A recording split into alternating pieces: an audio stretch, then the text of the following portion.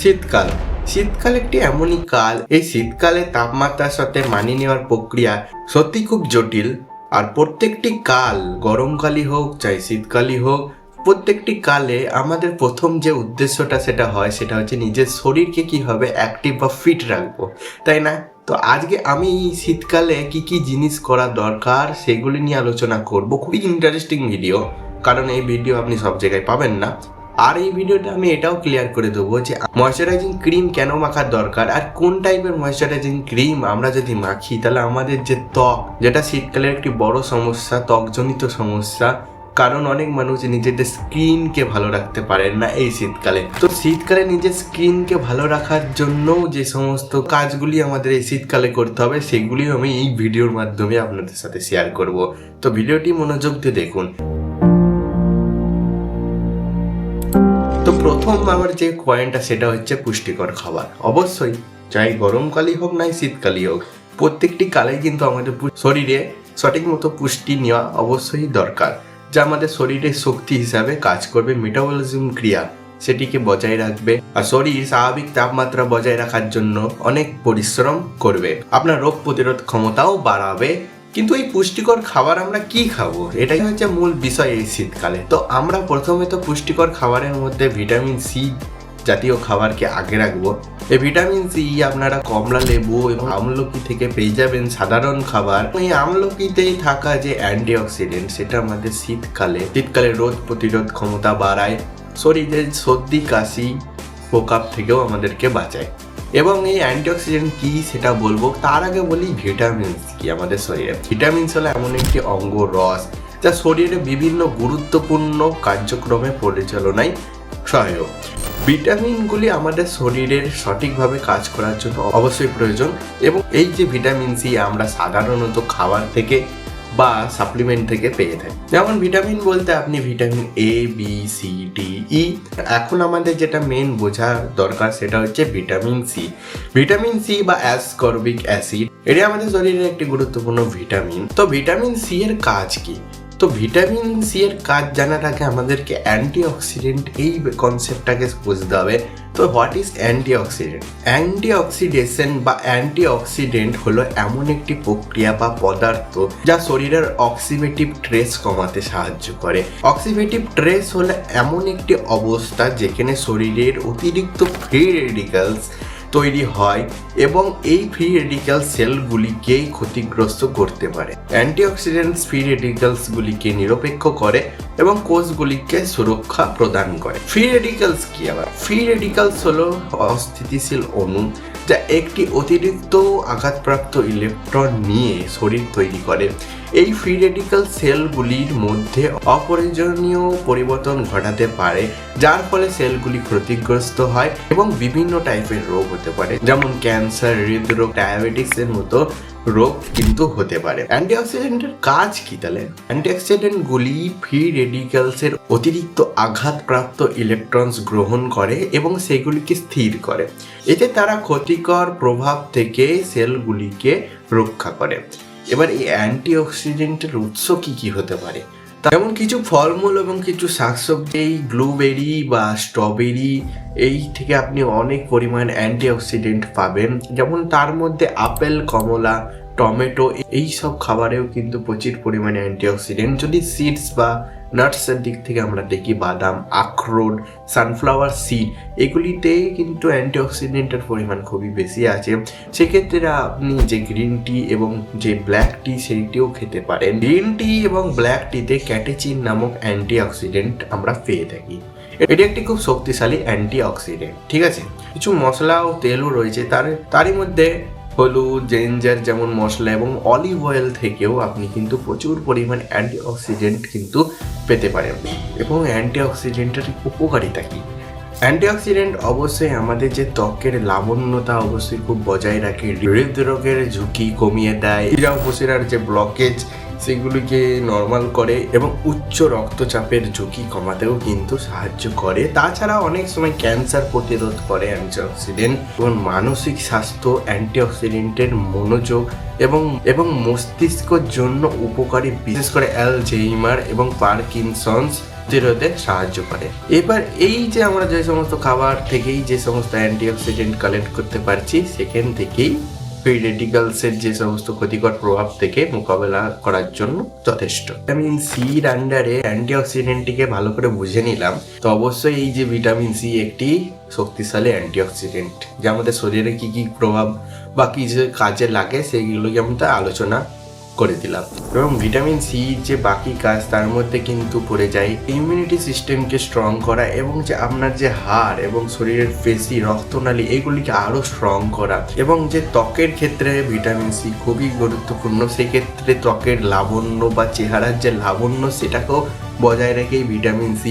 Iron শরীরের রক্তের জন্য অত্যন্ত গুরুত্বপূর্ণ, এবং ভিটামিন সি এর উপস্থিতিতে এটি রক্তে আরো ভালোভাবে শোষিত হয়, যা অ্যানিমিয়া প্রতিরোধ করতে কিন্তু সক্ষম। তাহলে অবশ্যই ভিটামিন সি সাপ্লিমেন্ট কিন্তু আপনাকে নেওয়া দরকারই, কারণ এই সমস্ত রোগ থেকেও বাঁচতে হবে আমাদেরকে। ভিটামিন সি মস্তিষ্কের কার্যকারিতার জন্য খুবই গুরুত্বপূর্ণ একটি জিনিস। এটি মস্তিষ্কের কোষগুলিকে রক্ষা করে এবং স্মৃতিশক্তি বা মনোযোগকেও কিন্তু খুব বৃদ্ধি করতে সহায়ক করে। এই ভিটামিন সি এর অভাবে কিন্তু যে সমস্ত রোগগুলি হয়, স্কারভি এবং কিন্তু ইমিউনিটি সিস্টেম দুর্বল হয়ে যেতে পারে। তাই পুষ্টিকর খাবারের মধ্যে ভিটামিন সি আপনি অবশ্যই শীতকালে রাখবেন। পরে আপনাকে জিঙ্কের কথাও খেয়াল রাখতে হবে, কারণ বাদাম, বীজ এবং ডাল জাতীয় খাবারে অবশ্যই জিঙ্ক থাকে, এবং এই যে জিঙ্ক কোষের পুনর্গঠন এবং যে সংক্রমণের বিরুদ্ধে লড়াই করতে কিন্তু খুব সাহায্য করে। নেক্সট যেটা হচ্ছে সেটা আপনাকে খুবই মাথায় রেখে দিতে হবে ওমেগা 3 ফ্যাটি অ্যাসিড। এটা আপনারা মাছ এবং আখরোট থেকে পেয়ে যাবেন। এই ফ্যাটি অ্যাসিড প্রদাহ কমায় এবং হার্টের স্বাস্থ্য সুরক্ষিত রাখে। তো এই যে পুষ্টিকর খাবারের কথা কিন্তু আপনারা জেনে নিলেন। নেক্সট পয়েন্টে যদি আমরা মুভ করি, সেটা হচ্ছে যে জল। এই শীতকাল, শুধু শীতকাল বলে না, গরমকালেও আমাদের কিন্তু যথেষ্ট পরিমাণ অনুযায়ী কিন্তু জল পান করা খুবই দরকার। এবং অবশ্যই জল আমাদের শরীরের যে কোষ রয়েছে তাদের কাজকর্ম চালানোর জন্য কিন্তু জলের প্রয়োজন হয়। তো সেক্ষেত্রে কিন্তু জল আমাদেরকে খেতেই হবে পরিমাণ অনুযায়ী। এবং যদি আপনি জল গ্রহণ না করেন তাহলে কিন্তু আপনার শরীরের ডিহাইড্রেশন দেখা যাবে। তো এই ডিহাইড্রেশন কি? ডিহাইড্রেশন হচ্ছে এমন একটা অবস্থা, শরীরে যেই পরিমাণ জল লাগতো সেই পরিমাণ জল সে শরীর পাচ্ছে না, বা আপনি সেই পরিমাণ জল শরীরকে দিচ্ছেন না, তখন কিন্তু এই যে ডিহাইড্রেশন নামক জিনিসটি আমরা দেখতে পাই। তো ডিহাইড্রেশনের কারণ কিছু হতে পারে। প্রথম কারণ তো আপনি জল কম খাচ্ছেন। দ্বিতীয়ত অন্যান্য কারণ, যেমন অতিরিক্ত ঘাম, কারণ গরম আবহাওয়া, শারীরিক পরিশ্রম, ব্যায়াম করলেও কিন্তু অনেক যে ঘাম, সেই ঘাম কিন্তু বেরিয়ে যায়, সেক্ষেত্রে কিন্তু ডিহাইড্রেশন দেখতে পাই আমরা। সেই ক্ষেত্রে কিন্তু আমাদের জল খাওয়া খুবই দরকার। আবার অতিরিক্ত প্রস্রাব বা পাতলা পায়খানা যদি আপনি করেন, সেই ক্ষেত্রেও কিন্তু ডিহাইড্রেশন দেখা যায়, এবং আমাদেরকে কিন্তু জল বা সেই ক্ষেত্রে এই সময় কিন্তু ওআরএস খাওয়াও খুবই প্রয়োজন। এবং অনেক সময় কিডনির সমস্যা থাকলেও কিন্তু ডিহাইড্রেশনের যে সমস্যা বা যে অবস্থা আমরা দেখতে পাই। আবার এর লক্ষণ কি হতে পারে? অনেক সময় আমাদের জল পিপাসা পায়, ত্বক বা মুখের অবস্থা কেমন একটা শুষ্ক দেখায়, কম পরিমাণে মূত্রত্যাগ হওয়া, বা যেই পরিমাণ প্রস্রাব আপনি করছেন সেটি খুবই বেশি পরিমাণে ডার্ক হতে পারে, শরীরের হীনতা বা ক্লান্তি হতে পারে সেক্ষেত্রে, এবং আপনি হয়তো সবসময় চিন্তা এবং বিভ্রান্তিতেই পড়ে আছেন। সব জিনিসও কিন্তু ডিহাইড্রেশনের লক্ষণ হতে পারে। ডিহাইড্রেশনের প্রতিরোধের একটাই উপায়, নিজের শরীরের কাজ বুঝে পর্যাপ্ত পরিমাণ জল খান। এবং অবশ্যই আমরা যখন ব্যায়াম করি, এক্সারসাইজ করি, তারপর আমাদেরকে কিন্তু জল খাওয়া দরকার। এছাড়া আপনি কিছু খাবার যেমন শসা, পালং শাক এবং তরমুজ, কমলা লেবু, এইসব খাবার থেকেও কিন্তু আপনি যথেষ্ট পরিমাণ যে জল পান, সেটাও আমাদের শরীরের পক্ষে খুব উপকার। এই যে ডিহাইড্রেশন যদি শরীরে হয় তা কিন্তু খুব ক্ষতিকর প্রভাব ফেলে। তো অবশ্যই এটা মাথায় রাখবেন যেন শরীরের যেন এরকম অবস্থা না হয়। সেই জন্য জলকে একদম সম্মান দিয়ে যথেষ্ট পরিমাণ জল পান করতে থাকবেন।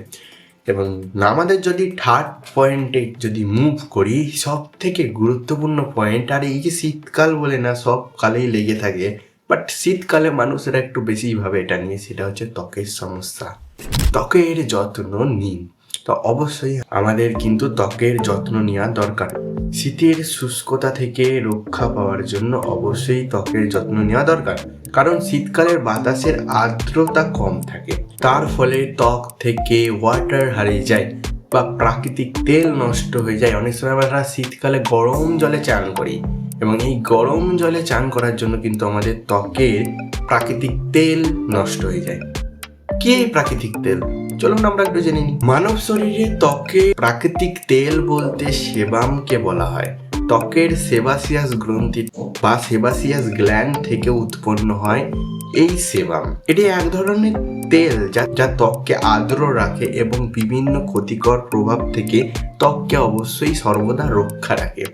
ত্বকের আর্দ্রতা বজায় রাখে, একটি প্রাকৃতিক স্তর তৈরি করে যা জল হারাতে বাধা দেয় এবং ত্বককে শুষ্ক হওয়া থেকে রক্ষা করে।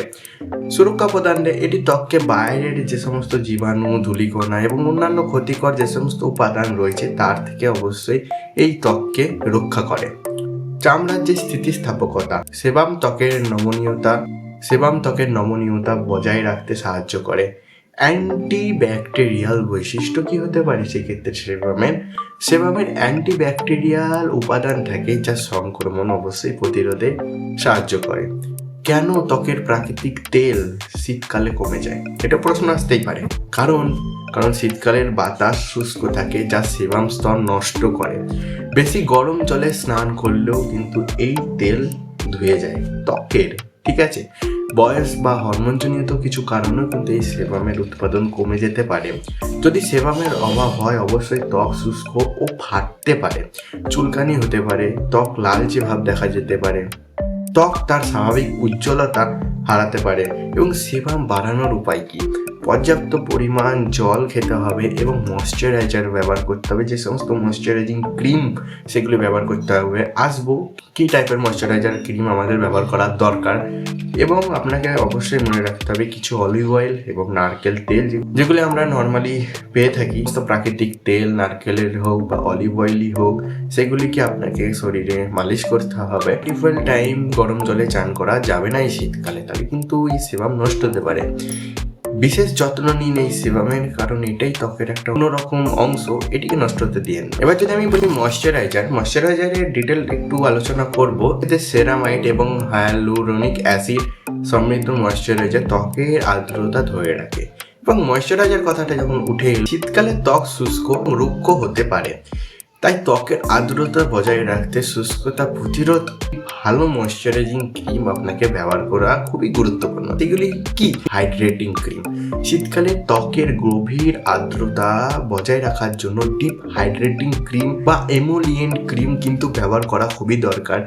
এবং এইগুলিতে বেশি পরিমাণ গ্লিসারিন, শিয়া বাটার, হালকা মোম থাকে যা ত্বকের আর্দ্রতা বজায় রাখতে কিন্তু খুবই সাহায্য করে। তার মধ্যে আমি একটা উপযুক্ত ক্রিমের আপনাকে নাম বলছি, সেটি হচ্ছে নিউট্রোগেনা হাইড্রো বুস্ট ওয়াটার জেল এবং ইউসেরিন অ্যাডভান্স রিপেয়ার ক্রিম। এটি আপনি কিন্তু ব্যবহার করতে পারেন। অবশ্যই আমি এটি জানি বলে বললাম, আপনারা অন্য কিছু ব্যবহার করতেই পারেন, বাট হ্যাঁ, ডিপ হাইড্রেটিং ক্রিম হওয়া দরকার। মধ্যে যেটা সেকেন্ড আসছে সেটা হচ্ছে shea butter cream. Shea butter সমৃদ্ধ আপনি ক্রিম ব্যবহার করতে পারেন। শিয়া বাটার একটি প্রাকৃতিক ময়শ্চারাইজার যা ত্বকের শুষ্কতা দূর করতে এবং ত্বককে নরম এবং মসৃণ করতে সাহায্য করে। এবং এটি ত্বকের গভীর স্তরে ময়শ্চার করতে কিন্তু সাহায্য করে বা সক্ষম। এক্ষেত্রে কিন্তু আপনি পালমার্স, cocoa butter formula with vitamin E এটি কিন্তু ব্যবহার করতে পারেন। যদি আমরা থার্ড দেখি, সেটি হচ্ছে olive oil cream. Olive oil ত্বকের গভীরভাবে ময়শ্চারাইজিং করতে কিন্তু অবশ্যই সাহায্য করে এবং শীতকালে ত্বককে কিন্তু উজ্জ্বল করে। এবং অলিভ অয়েল আমাদের ত্বকের অনেক সময় অ্যালার্জি এবং অন্যান্য চুলকানিও কিন্তু কমাতে সাহায্য করে। ক্রিম অ্যালোভেরা ত্বককে ঠান্ডা করে এবং শুষ্কতা, চুলকানি থেকে রক্ষা করে। ত্বকের প্রশান্তি এবং আর্দ্রতা প্রদান করতে অ্যালোভেরা ক্রিম কিন্তু খুবই উপকারী। অ্যালোভেরা শুধু ত্বকের ক্ষেত্রে না, চুলের ক্ষেত্রেও কিন্তু অনেকটাই খুবই উপকারী একটা সাপ্লিমেন্ট। তো আপনি এটা কিন্তু অবশ্যই ব্যবহার করতে পারেন। Aloe vera gel by Nature Republic, এটিও আপনি ব্যবহার করতে পারেন। সেক্ষেত্রে আপনি কিন্তু হেভি নাইট ক্রিমও ব্যবহার করতে শিখুন। শীতের রাতে হেভি নাইট ক্রিম ব্যবহার করা খুবই দরকার। এগুলি ত্বকের উপর প্রোটেক্টিভ লেয়ার তৈরি করে, ত্বককে ময়শ্চারাইজ রাখে। উপযুক্ত ক্রিম সেক্ষেত্রে আপনি দেখে নেবেন নাইট ক্রিম কোনটা আপনার জন্য খুবই বেস্ট। সমস্ত ময়শ্চারাইজিং ক্রিমই যেন আপনি এই শীতকালে ব্যবহার করুন, আর আপনার ত্বক অনুযায়ী আপনি এটি ব্যবহার করুন। যদি ত্বক খুবই শুষ্ক হয়ে পড়ছে তাহলে অবশ্যই সেক্ষেত্রে আপনি কিন্তু একবার সকাল, দুপুর, রাত্রি 3বারে কিন্তু ইউজ করতে পারেন। এই ত্বকের যত্নের পর যদি আমি 4 নম্বর পয়েন্ট বলি তাহলে হচ্ছে যে ঠান্ডা কাশি। কেন এই ঠান্ডা কাশি বেশি হয়? কারণ যে শীতকালে শ্বাসনালীর যে ঝিল্লি সেটা খুবই শুষ্ক হয়ে যায় এবং জীবাণু প্রবেশ পথের জন্য খুব সহজ হয়ে যায়। ঠান্ডা বাতাস শ্বাসনালীকে সংকুচিত করে, কাশি এবং অন্যান্য কিছু সমস্যা হয়। সেক্ষেত্রে আপনি অবশ্যই আদা মধু দিয়ে চা খেতে পারেন। একটি ট্রিপ, এটা কিন্তু খুবই একটা মারাত্মক লেভেলের কাশি কমানোর ট্রিপ। আপনি এটা ইউজ করে দেখতে পারেন যে আদাকে হালকা হলুদ মাখিয়ে পুড়িয়ে যদি আপনি এটিকে চুষতে থাকেন তাহলেও কিন্তু আপনার কাশি কিন্তু কমতে থাকবে। অবশ্যই লেবু গোলমরিচ মিশানো চাও কিন্তু আপনি শীতকালে কিন্তু সেবন করতে পারেন, ঠিক আছে? আর এইগুলি কিন্তু আমাদের বাড়িতে দৈনন্দিন জীবনে আমি দেখেছি বলে আপনাদেরকে বললাম। আমি কিন্তু অন্য কোথাও থেকে শুনিনি বা দেখিনি, আমার নিজের লাইফে কাজে লেগেছে বলে আমি শেয়ার করছি। 5 নম্বর যদি বলি এক্সারসাইজ একটা এমনই একটা জিনিস, এটা প্রত্যেকটি কালের জন্য খুবই গুরুত্বপূর্ণ। এই ক্ষেত্রে আপনি শীতকালেও পর্যাপ্ত পরিমাণে এক্সারসাইজ করুন। এক্সারসাইজের ভূমিকা বা গুরুত্ব কি আছে সেটা আপনি জানেন। আপনার শরীরকে ভালো রাখবে, আপনার ইমিউনিটি সিস্টেমকে আরো স্ট্রং করবে। এক্সারসাইজ কিন্তু রক্ত সঞ্চালন বাড়ায় এবং শরীরকে কিন্তু উষ্ণ রাখে কিন্তু শীতকালে। এটাও আপনি মাথায় রাখবেন। আপনার জন্য প্রয়োজনীয় যোগব্যায়াম এবং অন্যান্য যে সমস্ত ব্যায়াম রয়েছে আপনি সেগুলি আপনার জন্য রাখতে পারেন। যদি আমাদের মেইন টপিকের 6 পয়েন্টটি আলোচনা করি সেটাই হচ্ছে উষ্ণ পোশাক। ইয়েস, আমি সোয়েটারের কথা বলছি। লেয়ারিং প্রয়োজন। ভিন্ন স্তরের পোশাক বাতাস স্তর তৈরি করে যা তাপ ধরে রাখতে কিন্তু খুবই সাহায্য করে। উষ্ণ পোশাকে বৈজ্ঞানিক দিক, উলের পোশাক বাতাস আটকায়। টুপি এবং মোজা এটি আপনার শরীরে থাকলে শরীর থেকে তাপ সহজে হারায় না। গভীর বিশ্লেষণ যদি বলি, শীতকালে সঠিক পোশাক না পরলে শরীরের তাপমাত্রা নেমে যেতে পারে, যা কিন্তু হাইপোথার্মিয়ার এর কারণ হতে পারে। আপনাকে কিন্তু এটা মাথায় রেখে দিতে হবে। 8 নম্বর পয়েন্ট হচ্ছে পর্যাপ্ত পরিমাণ ঘুম কিন্তু খুবই দরকার। পর্যাপ্ত পরিমাণ ঘুম, এই ঘুম শরীরের কোষগুলিকে আবার পুনরুজ্জীবিত করে। ঘুমের অভাবে কিন্তু ইমিউনিটি সিস্টেম দুর্বল হয়ে যেতে পারে। কিভাবে ইমিউনিটি বাড়াবেন? ইমিউনিটি বা রোগ প্রতিরোধ ক্ষমতা হলো শরীরের সেই ক্ষমতা যা বিভিন্ন রোগবাহিত জীবাণু যেমন ব্যাকটেরিয়া, ভাইরাস, ফাঙ্গাস যে কোনো টাইপ হতে পারে এবং অন্যান্য ক্ষতিকর উপাদান থেকে শরীরকে অবশ্যই রক্ষা করে। এটি একটি অত্যন্ত গুরুত্বপূর্ণ সিস্টেম যা আমাদের শরীরের প্রতিটি কোষ, অঙ্গ এবং সিস্টেমকে নিশ্চিত করে। তুলসী ও আদা চা ভাইরাস প্রতিরোধ করে। চ্যবনপ্রাশে থাকা ভিটামিন সি এবং অ্যান্টিঅক্সিডেন্ট রোগ প্রতিরোধ ক্ষমতা বাড়ায়। ভিডিওটি একটু লম্বা হয়ে গেল, বাট আমি জানি খুবই কম লোকই এত দূর এসেছেন। আর যারা এসেছেন তাদেরকে অবশ্যই ধন্যবাদ। আর আপনাদেরকে একটি রিকোয়েস্ট করব, আমাকে একটু সাপোর্ট করুন। চ্যানেলটিকে সাবস্ক্রাইব, কমেন্ট এবং লাইক, আর আপনার পরিবারের সাথে অবশ্যই শেয়ার করুন এটি, কারণ খুবই সুন্দরভাবে আমি বলে দিলাম এই জিনিসগুলো আপনি করবেন। আপনারও যদি কিছু সাজেস্ট থাকে যে না শীতকালে এই জিনিসগুলো করা দরকার, অবশ্যই কমেন্টে সেগুলিকে টাইপ করুন। আমি নেক্সট আপকামিং ভিডিওতে সেগুলিকে বলার চেষ্টা করব। তো থ্যাংক ইউ।